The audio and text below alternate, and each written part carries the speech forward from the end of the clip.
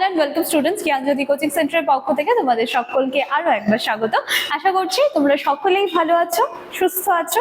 আলোচনা করব আজকে আমরা বৌদ্ধ শিক্ষা ব্যবস্থা নিয়ে, যেটা কিন্তু এক্সামের জন্য আবারও একটা ভেরি ভেরি ইম্পর্টেন্ট টপিক, তাই তো? এটা কোনোভাবে বাদ দেওয়া যাবে না বৌদ্ধ শিক্ষা ব্যবস্থা নিয়ে।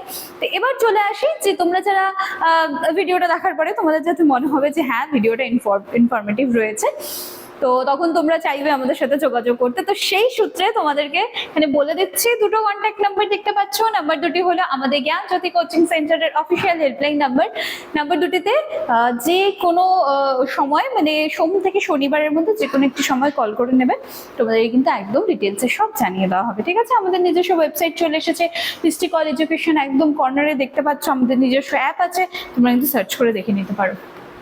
চলো তাহলে শুরু করা যাক। উৎস প্রেক্ষাপট দিয়ে শুরু করি। বলা হচ্ছে প্রাচীন ভারতে বৈদিক ও ব্রাহ্মণ্য শিক্ষার পরবর্তী পর্যায়ে 600 খ্রিস্টপূর্বাব্দে, ঠিক আছে, 600 খ্রিস্টপূর্বাব্দে গৌতম বুদ্ধের অহিংসা ও দর্শনের উপর ভিত্তি করে একটা নতুন শিক্ষা ব্যবস্থার উদ্ভব হয়, ঠিক আছে? গৌতম বুদ্ধের অহিংসা এবং দর্শন, এটার উপরে বেস করে একটি নতুন শিক্ষা ব্যবস্থা আত্মপ্রকাশ করে, যেটাকে আমরা বৌদ্ধ শিক্ষা ব্যবস্থা বলে কিন্তু জানি। আচ্ছা, এই শিক্ষার মূল লক্ষ্য কি ছিল? মূল লক্ষ্য ছিল যে দেখো, জগৎ তো মায়াময়, এই জাগতিক মায়া, ঠিক আছে, মায়া দুঃখ এইগুলো হচ্ছে কি করে যে, মানে দেখো জগতে বাঁচতে গেলে আমাদের কিন্তু অনেক কিছু টান রয়েছে, মোহমায়া রয়েছে, এবং সেইগুলোকে যতক্ষণ আমরা ত্যাগ করতে পারি ততক্ষণ কিন্তু আমরা মুক্তি লাভ করতে পারি না।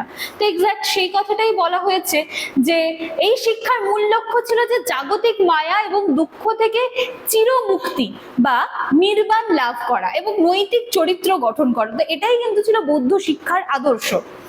এবার দেখি সাধারণ বৈশিষ্ট্য সমূহ। গণতান্ত্রিক এবং সর্বজনীন বলা হচ্ছে, ঠিক আছে?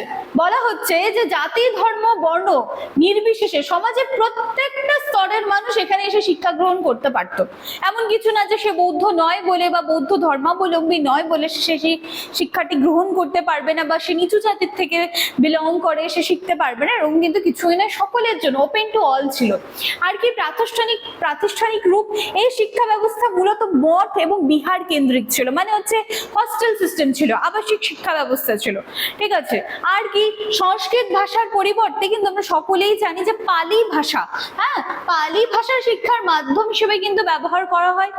আর কি শৃঙ্খলা ও সাম্য, শিক্ষার্থীদের কঠোর শৃঙ্খলার মধ্যে জীবনযাপন করতে হতো এবং সবার মধ্যে একটা সাম্যের আদর্শ প্রচার করার কথা কিন্তু বলা হয়েছিল। এখানে দেখতে পাচ্ছ যে দেখো সকলেই কিন্তু পড়াশোনা করছে এখানে, দেখো। আচ্ছা, শিক্ষায় প্রবেশ এবং তার স্তর বিন্যাস বলছে প্রাথমিক শিক্ষা যেটা ছিল সেটা বলছে 8 থেকে 12 বছর পর্যন্ত ছিল প্রাথমিক শিক্ষাটা, বেসিক এডুকেশনটা। সেটা কিন্তু বলছে যে পর্যন্ত মঠে অবস্থান করে বিনয় এবং প্রাথমিক জ্ঞান অর্জন করতে হতো। তারপরে চলে আসে প্রবজ্জা, তারপরে এখানে আমি দেখতে পাচ্ছি যে উপসম্পদা, ঠিক আছে? কি বলা হচ্ছে, প্রাথমিক শিক্ষায় প্রবেশের অনুষ্ঠান সাধারণত 8 বছর বয়সে কিন্তু এখানে শিশুরা সংসার ত্যাগ করতো এবং ত্যাগ করে তারা মঠে চলে আসতো বা গুরুগৃহে থেকে কিন্তু পড়াশোনাটা করতো। তো সেটাকে বলা হচ্ছে এখানে প্রবজ্জা। এরপরে 20 বছর বয়সে উচ্চ শিক্ষায় প্রবেশের একটা অনুষ্ঠান হতো। তারা যখন 20 বছর বয়স হয়ে যেত তখন তারা হায়ার স্টাডিজ এর জন্য শুরু করতো। তো তখন হচ্ছে একটা অনুষ্ঠান হতো এবং এটি পেরোলেই শিক্ষার্থীকে মানে শ্রমণ বলা হতো বা পূর্ণাঙ্গ ভিক্ষু বলা হতো, ঠিক আছে? তো দ্যাট ইজ কল্ড প্রবজ্জা এবং উপসম্পদা। এবারে দেখো পাঠ্যক্রম, কারিকুলাম নিয়ে একটু দেখি। সবার প্রথমে ধর্মীয় শিক্ষা, পার্থিব বা লৌকিক শিক্ষা এবং শিক্ষাদান পদ্ধতি। তো ধর্মীয় শিক্ষা কি, এখানে আমরা সকলেই জানি যে বৌদ্ধ ধর্ম, যখনই আমরা এই বৌদ্ধ ধর্মের কথা শুনেছি তখনই কিন্তু ত্রিপিটকের কথা আমরা বারবার শুনে এসেছি, খুব ছোট্ট কাল থেকে কিন্তু শুনে এসেছি। সূত্র বিনয়, অভিধম্ম পিটক, এই যে জায়গাগুলো রয়েছে পাঠ, এগুলো একদম পড়তে হতো তাদের, এগুলো ম্যান্ডেটরি ছিল। আর কি ব্যবহারিক জীবনের জন্য চিকিৎসা বিদ্যা, শিল্পকলা, চরকা কাটা, কৃষিবিদ্যা, জ্যোতিষশাস্ত্র, এই সমস্ত জায়গাগুলি ছিল। আর ছিল যে মৌখিক পদ্ধতি অনুসরণ করতে হতো, ঠিক আছে, প্রশ্ন উত্তর আলোচনা বা ডিসকাশনের মাধ্যমে বা ডিবেটের মাধ্যমে যেভাবে আর কি সেই প্রসেস ফলো করে শিক্ষা দেওয়া যায়, তো এই পদ্ধতিগুলো কিন্তু অবলম্বন করা হতো। এরপরে চলে আসি বিখ্যাত শিক্ষা কেন্দ্র সমূহ। হ্যাঁ, এটা কিন্তু ইম্পর্টেন্ট রয়েছে, ঠিক আছে। বৌদ্ধ শিক্ষা ব্যবস্থার কিছু উচ্চমানের শিক্ষা কেন্দ্র ছিল, এগুলো সম্পর্কে আমরা জানি, যেগুলো কিন্তু আন্তর্জাতিকভাবে কিন্তু খ্যাতি লাভ করেছে, ঠিক আছে। সেগুলি হচ্ছে নালন্দা, তক্ষশিলা, বিক্রমশিলা, অদন্তপুরী, এই জায়গাগুলো। এবং এই কেন্দ্রগুলোতে চীন, জাপান, তিব্বত সহ দেশের বিদেশের বিভিন্ন প্রান্ত থেকে এই যে জ্ঞানী গুণী ব্যক্তিরা সকলেই কিন্তু এখানে আসতেন, এসে কিন্তু তারা জ্ঞান চর্চা করতেন। এবার একটুখানি দেখে নিচ্ছি যে সেই সময় শিক্ষক এবং শিক্ষার্থীদের মধ্যে সম্পর্কটা কেমন ছিল। সম্পর্ক ভীষণ ভালো ছিল এই সময়। দেখো, বৌদ্ধ শিক্ষায় গুরু এবং শিষ্যের অত্যন্ত মধুর সম্পর্ক, যেটা কিন্তু বর্তমানে আর দেখতে পাওয়া যায় না, তাই তো।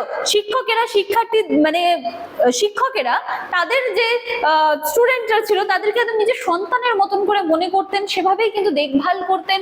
এবং তাদের যে বাচ্চারা ছিল, স্টুডেন্টসরা ছিল, তারাও কিন্তু গুরুর আদেশকে মানে শেষ আদেশ মনে করতো, এর উপর আর কোনো কিছু হতে পারে না। তো এই ধরনের সুন্দর একটা শ্রদ্ধার সম্পর্ক, একটা ঘনিষ্ঠ সম্পর্ক কিন্তু তারা মেনটেন করতো। আচ্ছা, এবার চলে আসে আমরা অষ্টমার্গ, ঠিক আছে, 8 fold পাঠ। এটাও খুব ইম্পর্টেন্ট। দেখো কি বলা হচ্ছে যে 8টা নীতি বা অষ্টাঙ্গিক মার্গ, এটার উপর কিন্তু ফলো করার জন্য ভীষণভাবে জোর দেওয়া হতো। এর মধ্যে রয়েছে দেখো এই যে 8টি মার্গের যে কথা বলা হয়েছে, আমি একটু সার্কেল করে দিচ্ছি, তোমাদের অনেকেই জানো, সবাই জানো, ভুলে গেছো যারা। সৎ বিশ্বাস, সৎ সংকল্প, সৎ বাক্য, সৎ আচরণ, সৎ জীবনযাপন, সৎ প্রচেষ্টা, সৎ চিন্তা এবং সৎ একাগ্রতা, ঠিক আছে। এই যে জায়গাগুলো রয়েছে এগুলোকে কিন্তু একদম ম্যান্ডেটরি ছিল, বাধ্যতামূলক ছিল, এগুলো ফলো করতে হবে বৌদ্ধ ধর্মে, ঠিক আছে। ভালো কথা বলতে হবে, সৎ বিশ্বাস, ভালো আচরণ রাখতে হবে, ঠিক আছে, এই জায়গাগুলো রয়েছে। তো এই হচ্ছে আজকের ক্লাস বা আলোচনার বিষয়, যেখানে কিন্তু আমরা বৌদ্ধ ধর্ম সম্পর্কে কিছু জায়গাগুলো কভার করে নিলাম। এবং দেখো, একটা ভিডিওতে এত কিছু ডিটেইলসে বলতে গেলে ভিডিওটা বড় হয়ে যাবে, তোমাদের আর ক্লাসটা করতে ভালো লাগবে না।